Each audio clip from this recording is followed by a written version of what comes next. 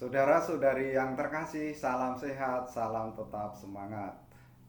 Tanggal 25 April 2021 hari Minggu, gereja merayakan hari Minggu panggilan yang ke-58. Bapak Suci mengajak kita untuk meneladan Santo Yosef. Bapak Suci membuat surat gembala Santo Yosef impian panggilan. Saya sendiri ditabiskan menjadi imam tanggal 23 September 2004 di Pringsewu.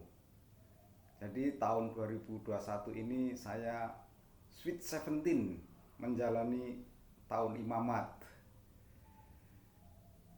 Dan panggilan itu saya alami sebagai anugerah Tuhan, sebagai karunia pemberian Tuhan. Bukan karena kekuatanku, bukan karena mauku. Kalau Tuhan sudah menangkap, dengan kasih-Nya orang tidak bisa lari. Saudara-saudari yang terkasih, bertepatan dengan Minggu Panggilan, bacaan Injil dari Injil Yohanes bab 10 ayat 11 sampai 18. Bacaannya tentang gembala yang baik. Yesus mengibaratkan dirinya sebagai gembala baik bagi kawanan domba-dombanya. Sebagai gembala, ia takkan melarikan diri bila ada serigala menyerang domba-dombanya. Tidak seperti orang upahan yang tak bertanggung jawab. Ia mengenal domba-dombanya dan domba-domba mengenal gembalanya. Bapak Paus juga pernah membuat surat gembala. Judulnya Gembala Berbau Domba. Tentang gembala sebenarnya sudah ada sejak Perjanjian Lama.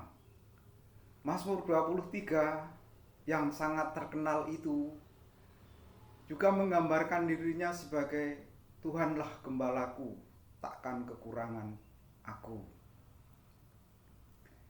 Nabi Yeskiel juga berbicara mengenai Tuhan sebagai gembala yang membela umat dari para gembala yang menyalahgunakan kekuasaan, yakni para pemimpin yang hanya memperkaya diri, tidak peduli akan penderitaan rakyat, bahkan menghisap, berlaku kejam, dan membiarkan mereka kehilangan rasa aman. Yeskiel bab 34 ayat 1 sampai 10. Kita para pengikut Kristus sudah merasa aman di dunia ini. Artinya meskipun masih mengalami bermacam-macam kekuatan yang menjauhkan dari Allah, tetapi kita tidak usah takut, tidak usah khawatir, karena kita bisa memanggil Allah Tuhan sebagai gembala kita yang membela kita, menjaga dan melindungi kita.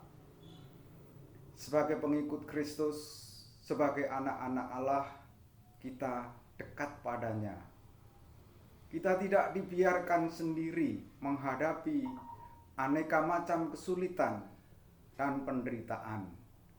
Dan lebih dari itu, kita kelak akan melihat wajah Allah yang sebenarnya. 1 Yohanes bab 3 ayat 2. Semoga anak-anak kita didorong untuk menjadi biarawan-biarawati, menjadi suster, frater, bruder, imam. Dan panggilan Tuhan itu terus berjalan sampai hari ini. Setiap tahun ada saja orang yang imam, ada saja imam yang ditabiskan, ada saja Anak-anak kita yang pengen masuk seminari, yang pengen jadi suster, setiap tahun ada tabisan baru, ada imam baru, dan itu semua karya Tuhan. Saudara-saudari yang terkasih, kita semua yang masih hidup di dunia ini untuk merasakan, mengalami Allah sebagai gembala kita yang menyelamatkan kita, yang menuntun kita di padang rumput yang hijau. Apakah sebagai Romo saya tidak mengalami kekecewaan, marah? Bapak Ibu, siapa yang tidak pernah mengalami kekecewaan, mengalami kemarahan dalam hidup, mengalami keraguan-raguan, mengalami kebosanan?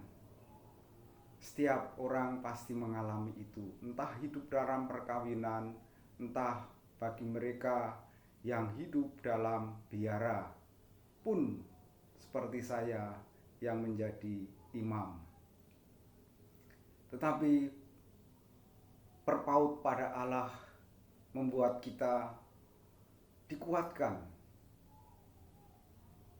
diberi sukacita di tengah-tengah aneka tantangan dan kesulitan dalam mengembalakan umat. Dan saya juga masih manusia, perlu hiburan. Nah, di belakang saya itu ada ikan cupang 5 untuk hiburan selama pandemi ini. Nah, itu ada Baygon untuk nyemprot nyamuk, ada Zippo, ada minyak kayu putih kalau kadang-kadang kerasa masuk angin, ada alkohol, ada tisu, ada botol air hangat. Saya membuat celengan, lalu ada kertas-kertas arsip-arsip yang penting untuk saya kerja. Itu pertanda bahwa saya masih manusia meskipun saya seorang imam. Mari kita saling mendoakan, mari kita saling mendukung. Kita semua adalah satu keluarga Allah, dan Allah kita sebagai Bapaknya, dan kita semua anak-anaknya. Kalau dalam ibarat Yesus sebagai gembala, kita semua kawanan dombanya. Selamat merayakan hari Minggu Panggilan, dan semoga keluarga-keluarga Kristiani menjadi tempat bertumbuh berkembangnya panggilan yang subur bagi gereja. Tuhan memberkati kita sekalian. Amin.